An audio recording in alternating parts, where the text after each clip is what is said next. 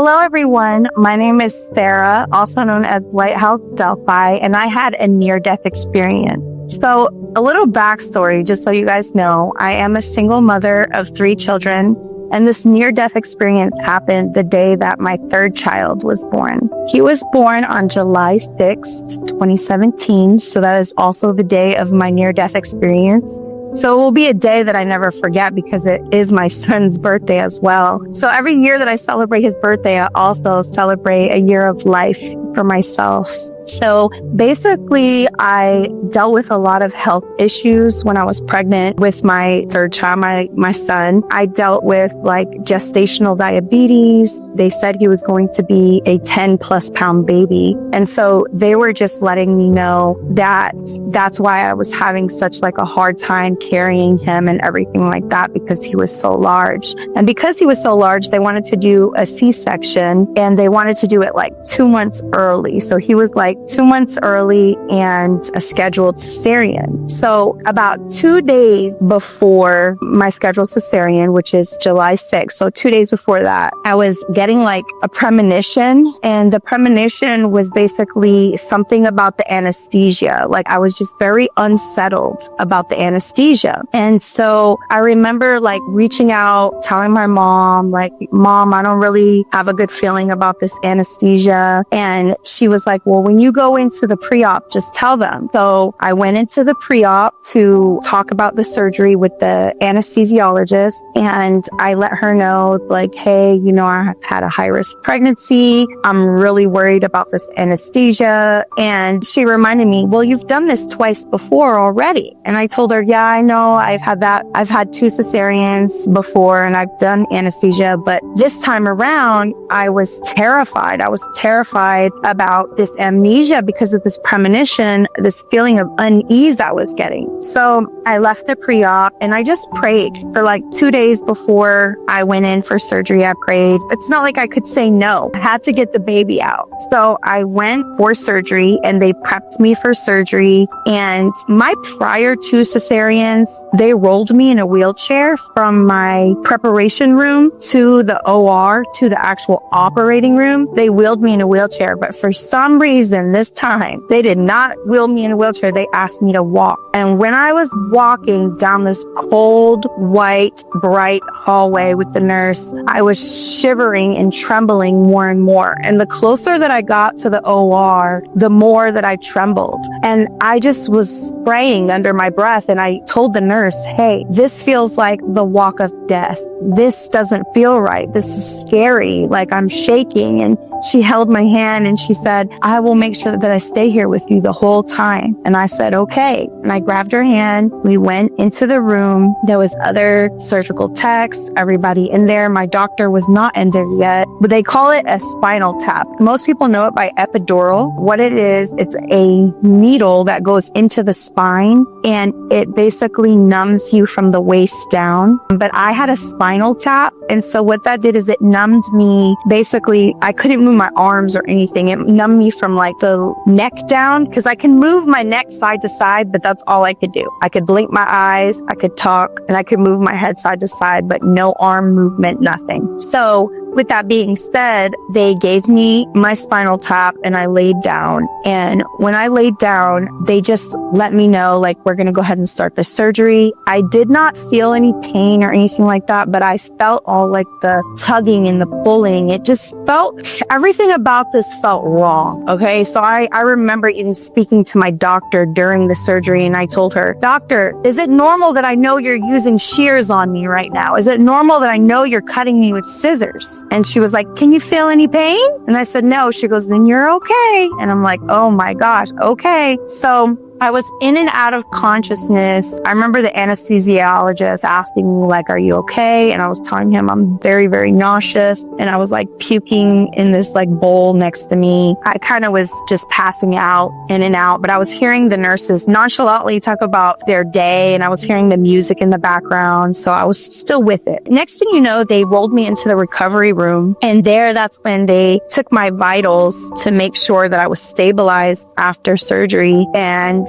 this is what I remember. I remember only my mom was in there with me, and I started drifting. I started like coming in and out of consciousness and being very, very, very thirsty. I felt like I was in the desert and needed so many gallons of water or ice or just something. So when the nurse came in finally to check on me, I said to her, I need ice. And in the hospital, they call them ice chips. And it's just basically like crushed ice. And I was like, I need ice chips. And she was like, no, you just had surgery. You can't have anything. And I was like, I need water. I need ice chips. I'm so hot. I'm so hot. And she was like, we can't give you anything. And I just remember like being so hot. At this point, my mother, she noticed my vitals going down. My body was losing homeostasis. And homeostasis is the normal temperature that your body runs.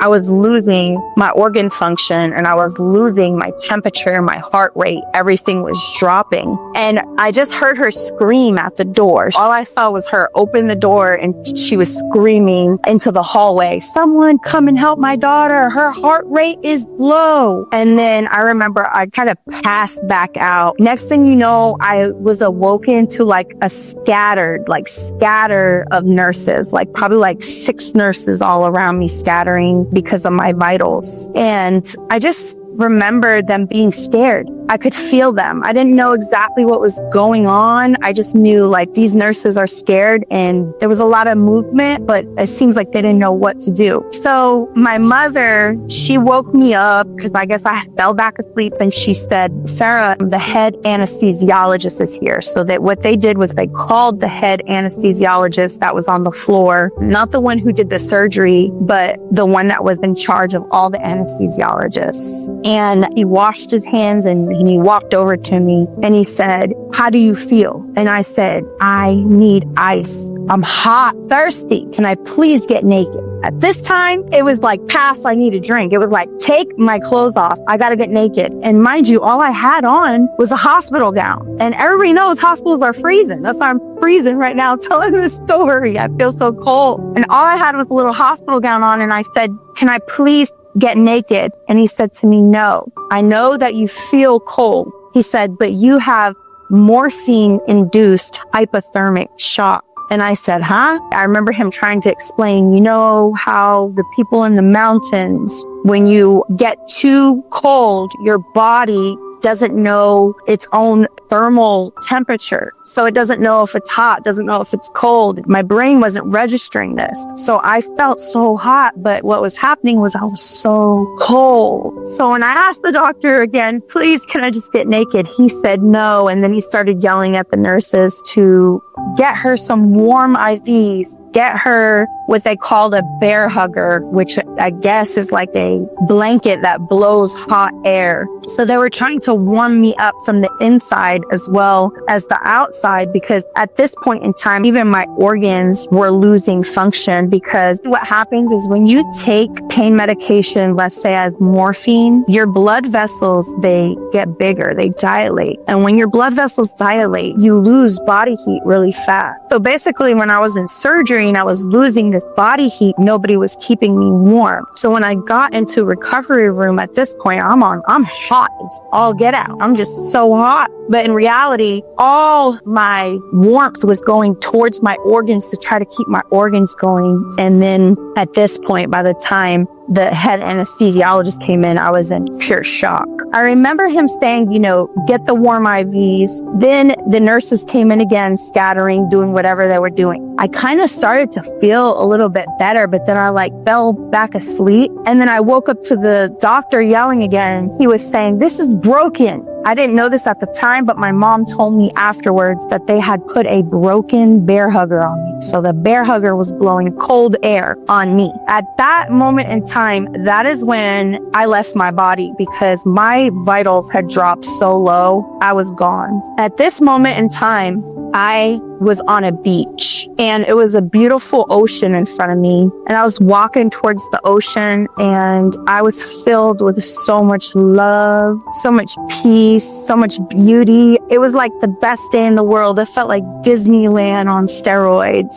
It just felt so amazing. And I was so happy to be there. And I started walking towards the water. And when I started walking towards the water, I heard my mom call my name. I heard her go, Sarah, like that, like I was a young child in trouble. And when she yelled my name like that, it stopped me in my tracks. I did not look back because honestly, I didn't care what she had to say, because in my mind, I was made up that like, hello, can't you see I'm enjoying myself? I'm about to get in the water. So I did not respond to her, but it did stop me in my tracks. And when I stopped in my tracks, I looked all around me, and in front of me, there was some people that were in the water. On the left side, there was a beautiful mother. She was probably in her 30s. She was a blonde woman, and she had her son, who was probably about 9 months old, and he was with her in the water. She was less than like waist height.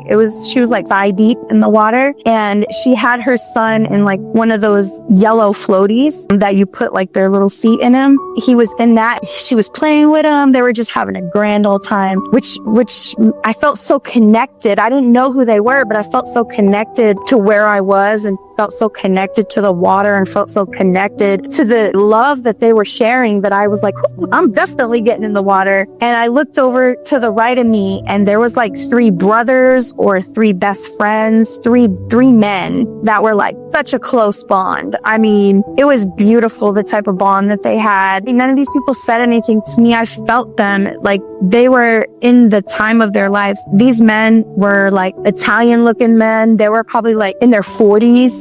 And you could tell they were friends for life. Like brothers, cousins, friends for life. And they were just like this much deep of water. And they were just like all like swimming, but they were in a circle looking at each other and talking. And I just thought like, this is just so amazing. I'm so happy to be here. So I kept walking to go to the water, and I looked down at my foot. And when I looked down at my foot and my foot almost hit the water, I heard my mom scream my name again. But at this time, she screamed it with terror. She was like, Sarah, like that. And when she screamed it like that, I automatically looked back like that. And the reason why is like, when she screamed my name, I felt like I was like a 2-year-old about to cross a busy traffic street. That's what it felt like. So when she screamed like that, I didn't even have a chance to think. I just already looked back. And when I looked back like that, I was in my body in the hospital. And my mother was praying over me. She had her hand on my shoulder right here,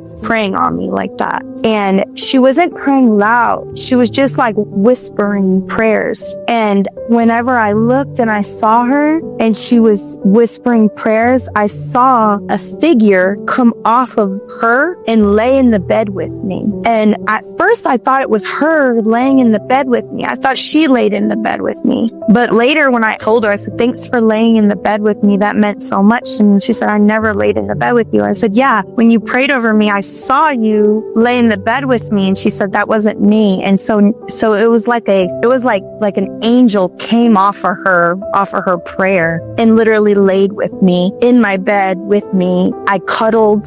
I felt so much comfort. It felt like a guardian. It felt like a best friend. It just felt like an angel of love and comfort and peace. And I felt warm again. I was just so thankful. And because of like all this that I have gone through, I had to really do some deep diving after that within myself. And as I've healed more physically and spiritually, now I'm able to kind of be this angel of comfort and peace for other people. And now I offer like energy healings and spiritual advisement. And I call my channel and my business Lighthouse Delphi, because I want to be able to be a lighthouse for those that feel lost. Because I want everybody, when they cross over, I want them to be able to be at so much peace that they have that kind of experience as well when it's time for them to cross over. And if you guys want to know any more about me, you guys can go to my website at lighthousedelphi.com, or you can go to YouTube and type in Lighthouse Delphi as well. Thank you so much for listening.